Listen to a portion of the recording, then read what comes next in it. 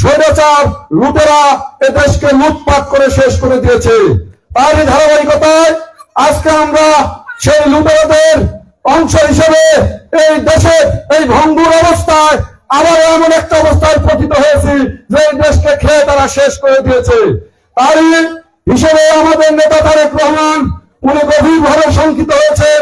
উনি ভাবতেছেন আগামী দিনে কিভাবে কৃষক বাঁচানো যায়, কিভাবে দেশ বাঁচানো যায়। এই কৃষককে বাঁচানোর জন্য এই ধরনের কৃষক সমাবেশের আয়োজন করা হয়েছে। ইন্তেজালি সরকার তিনি জিয়াউর রহমানের হাতে তৈরি একজন সৈনিক, তারই প্রমাণ আসতে রাখছে।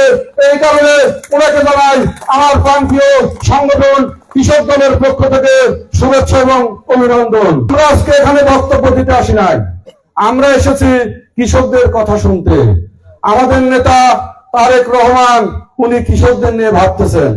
উনি সুদূর বিদেশে বসে ভাবছেন কৃষকদের উন্নয়ন কিভাবে করা যায়। কারণ একটি দেশে যদি কৃষক উন্নত না হয়, কৃষকের পেটে যদি ভাত না থাকে, সেই দেশ কখনোই উন্নত হতে পারে না। তাই আগামী দিনে এই কৃষক বাঁচলে দেশ বাঁচবে।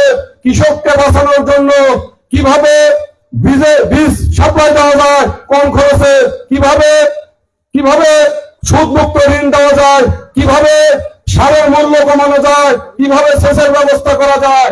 যেমনিটি আমাদের নেতা জিয়াউর রহমান ৭৮ সালে করে দেখিয়েছেন। এই দেশে কৃষি বিপ্লব ঘটিয়েছিলেন তিনি।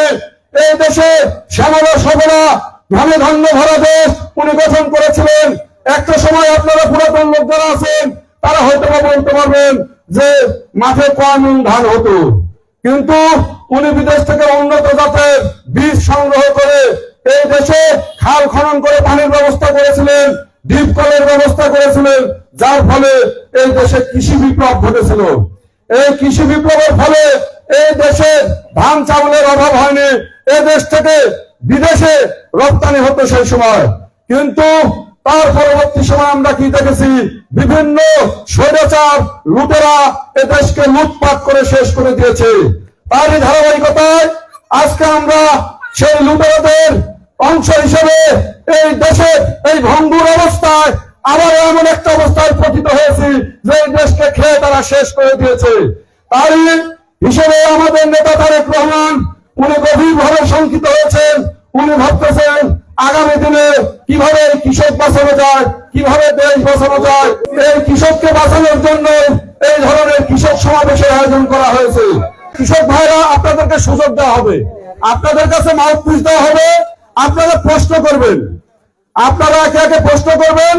এই প্রশ্নের উত্তর এখানে জেলা নেতৃবৃন্দ, তারপরে থানার নেতৃবৃন্দ যারা আছেন এনারা এখানে আপনাদের প্রশ্নের উত্তর দেবে এবং আপনাদের এই প্রশ্নগুলো লিপিবদ্ধ হবে। এই প্রশ্নের উপরে ভিত্তি করে এগুলো আমাদের নেতার কাছে যাবে। ভবিষ্যতে আমাদের দল জাতীয়তাবাদী দল বিএনপি যদি ক্ষমতায় আসে, জাতীয়তাবাদী দল ক্ষমতায় আসলে এই সমস্যাগুলোর সমাধান পর্যায়ক্রমে হবে, আপনাদের সকল ধরনের সুযোগ সুবিধা দেওয়া হবে। তাই আপনাদের সকলকে ঐক্যবদ্ধ থাকতে হবে। ধানের শীষের প্রতীক যে বা যেই পাক, আপনারা সবাই ঐক্যবদ্ধ হয়ে ধানের শীষে ভোট দেবেন। ধানের শীষে ভোট দেবেন তো আপনারা। তো আরেকটি কেন্দ্রীয় কর্মসূচি আছে আগামী 24 তারিখে জেলা বিএনপির 10 দিনের কেন্দ্রীয় কর্মসূচি হিসেবে আগামী 24 তারিখে নাটোর জেলায় বিএনপি সমাবেশ।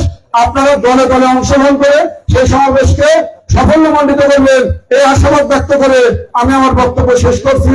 খোদা হাফেজ। বাংলাদেশ জিন্দাবাদ, শহীদ জিয়া অমর হোক, বেগম খালেদা জিয়া জিন্দাবাদ, তারেক রহমান জিন্দাবাদ।